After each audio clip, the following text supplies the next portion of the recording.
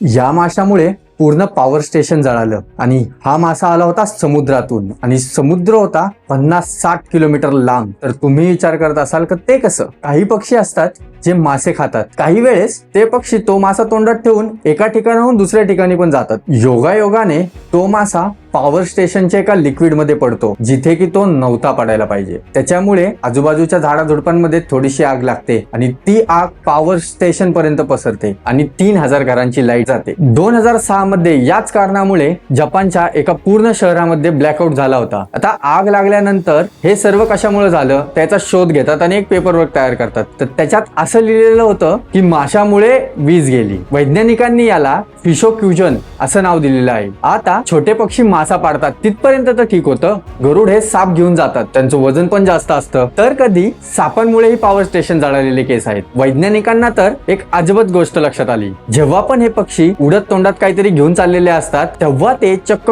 Catch catch खेळतात. म्हणजे एक शिकार एका पक्षाकडे तर दुसऱ्या पक्षाकडे. या कॅच कॅच मुळे पण आग लागते.